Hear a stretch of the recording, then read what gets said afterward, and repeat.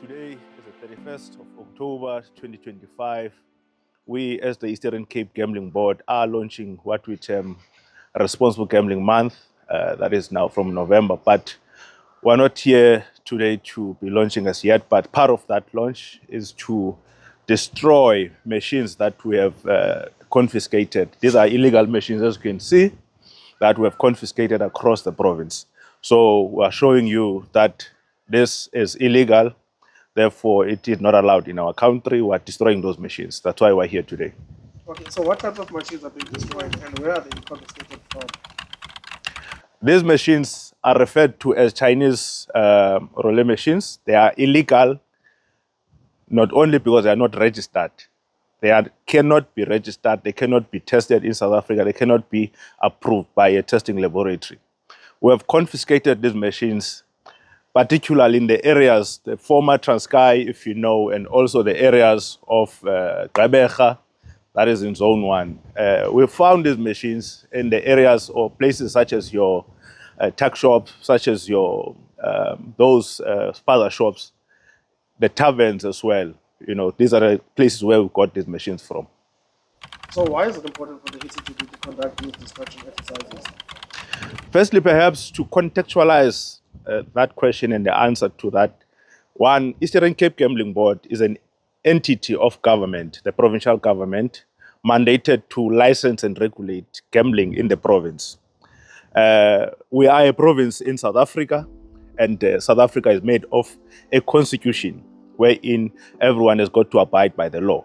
Now, the constitution then creates what to call concurrent jurisdiction, the National Gambling Board, the Provincial Gambling Boards. So there's a National Gambling Act, there's Provincial Gambling Act, which is the Eastern Cape Gambling Act, that then mandate us to ensure that as we license, we regulate. As we do that, we must then protect the public, protect the regulated space. Those that pay licensing fees, those that pay taxes, they are protected.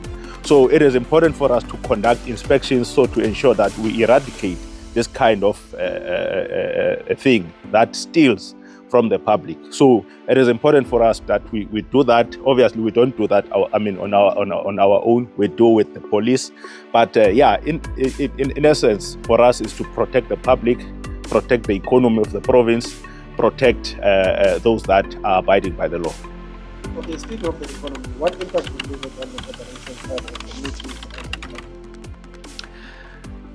economy? To make it simple, I always loosely refer to it as a silent genocide, because it steals from the economy.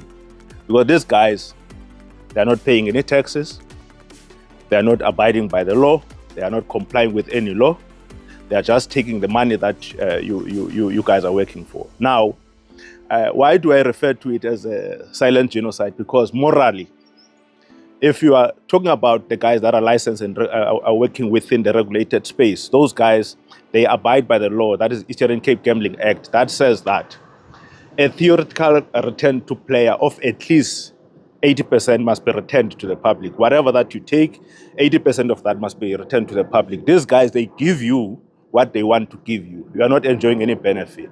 Secondly, the Eastern Cape Gambling Act provides or prescribes that the regulated space, or those that are licensed and operating within the regulated space, they abide and ensure that they operate responsibly and ethically, so that if you win, you are paid as such, but also your spend of the money that you worked so hard for, you don't gamble excessively. So that is why we call it a silent genocide.